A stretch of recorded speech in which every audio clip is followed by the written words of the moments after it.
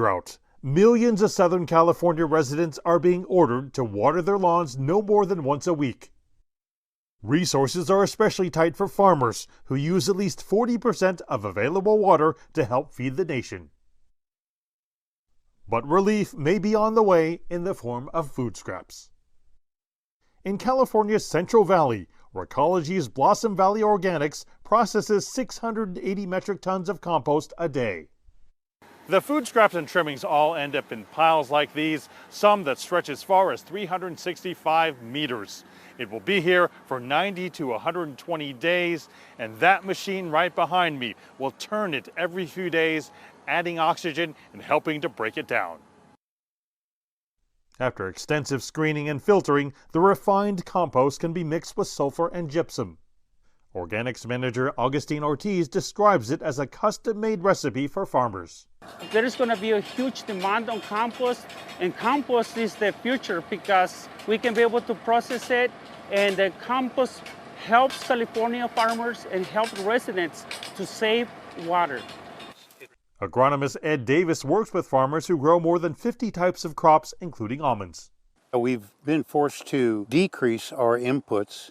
We've got a good average crop here, and we just simply can't afford to try to make a big crop because it's just cost prohibitive.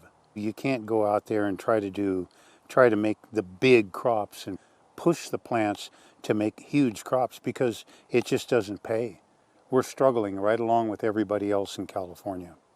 But Davis says compost is helping farmers get by with less water because it acts like a sponge.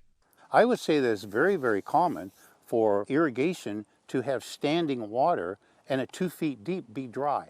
Just dry as a bone because water can't go down through the soil environment. So that's because compost does such an incredibly good job of opening the soil up so that the water can in fact infiltrate down to a very, very deep level. Farmer Aldo Angong wants to buy more compost.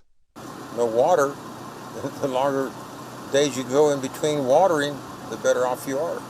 The Rodale Institute found that in times of drought, organic farming methods help produce yields up to 40% higher. There are 2,000 regional landfills across the United States. About 40% of the material going into those landfills could be composted instead. We ought to collect them separately, turn them into compost, and get it onto farms. This will help us grow more healthy food and help us save water, help us get through droughts.